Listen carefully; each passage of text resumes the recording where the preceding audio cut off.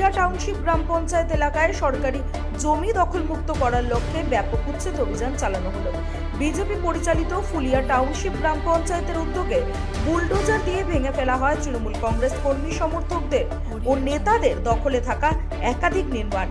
সোমবার সকালে শুরু হওয়া এই অভিযানে নেতৃত্ব দেন শান্তিপুর পঞ্চায়েত সমিতির সহকারী সভাপতি চঞ্চল চক্রবর্তী। পঞ্চায়েতের দাবি, দীর্ঘদিন ধরে সরকারি জমি অবৈধভাবে দখল করে বিভিন্ন নির্মাণ করা হয়েছিল। বিষয়টি নিয়ে সংশ্লিষ্টদের একাধিকবার নোটিশ দেওয়া হলেও কোনো পদক্ষেপ না নেওয়ায় শেষ পর্যন্ত উচ্ছেদ অভিযানে নামতে হয়।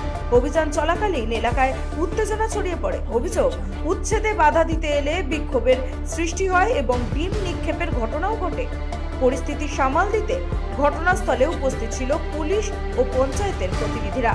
অন্যদিকে অভিযানের সময় একটি দলীয় কার্যালয়ে থাকা রাজ্যের প্রাক্তন মুখ্যমন্ত্রী মমতা বন্দ্যোপাধ্যায় এবং তৃণমূলের সর্বভারতীয় সাধারণ সম্পাদক অভিষেক বন্দ্যোপাধ্যায়ের ছবিতে পাথর ছোড়ার অভিযোগ উঠেছে।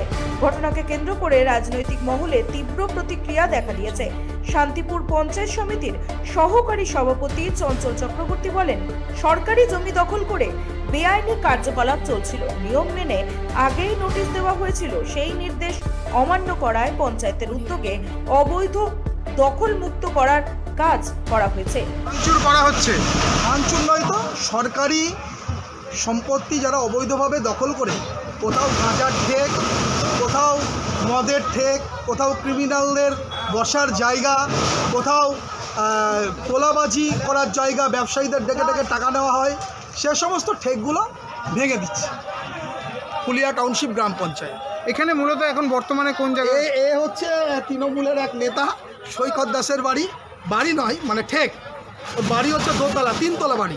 দেখুন সামনে 3 তলা বাড়ি। ওই বাড়িতে না থেকে ও এখানে সংসার পেতে বসেছে। এই জায়গাটা কি সরকারি? একদমই সরকারি জায়গা। আচ্ছা, সরকারি জায়গা। ওনার স্ত্রী দাবি করছিলেন এখানে নাকি আগে ওনাকে বলা হয়নি নাকি?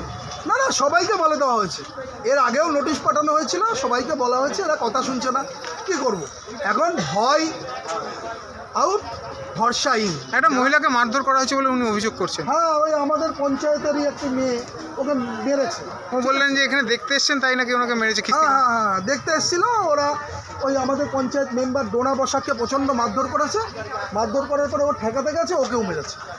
কি অসভ্যতা বলুন তো! তৃণমূল চলে গেছে, এদের রোয়াব কমে। আর কোথায় কোথায় এই উচ্ছেদ হবে? আরও পরপর আছে, যেগুলো আজকে ডিম মারতে দেখা গেল। মূলত কি বিষয় ডিমটা? ডিম কারা মেরেছে আমি বলতে পারবো না। জনগণ, পাশের এলাকায় তো জনরোষ চলছে। এলাকার যে সমস্ত মানুষেরা এতদিন অত্যাচারিত হয়েছে, তারা হয়তো ডিম মেরেছে, আমার বলতে পারবো। এর পরবর্তীতে এরকম বেআইনিভাবে দখল, এগুলো সমস্ত বেআইনি দখল যারা করে, দেখুন যারা করে খাচ্ছেন তাদের বিষয়টা আলাদা, তাদের জীবন জীবিকার প্রশ্ন আছে। কিন্তু বেআইনি দখল করে মদের ঠেক চলবে, সাতটা। এখানে তো তৃণমূলের সুপ্রিমো অর্থাৎ মমতা বন্দ্যোপাধ্যায়ের ছবিও ছিল, সেটাও দেখতে পেলাম। কার ছবি আছে দেখে আমাদের কি হবে? কার ছবি আছে দেখে তো আমাদের লাভ নেই। মমতা ব্যানার্জির ছবি আছে না কার ছবি আছে, নাকি মুজিবুর রহমানের ছবি আছে, আমাদের দেখে লাভ নেই। তার মানে এই পার্টি অফিসাররা কি এখানে অবৈধ কাজ করছে? হ্যাঁ, এইসব সব অবৈধ কার্যকলাপ। ওর দুটো বিয়ে, দুটো বউ একসাথে থাকে। জিজ্ঞেস করুন, পাড়ার লোক সব জানে। সব নেতা হয়েছে, সব দাঙ্গাবাজ। হ্যাঁ, এগুলো বন্ধ করা হবে। নাম পরিচয়? চঞ্চল চক্রবর্তী, সহকারী সভাপতি, শান্তিপুর পঞ্চায়েত।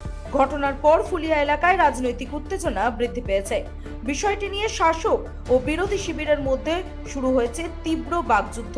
প্রশাসন পরিস্থিতির উপর নজর রাখছে বলে জানা গিয়েছে। Bureau report, রাতদিন news network.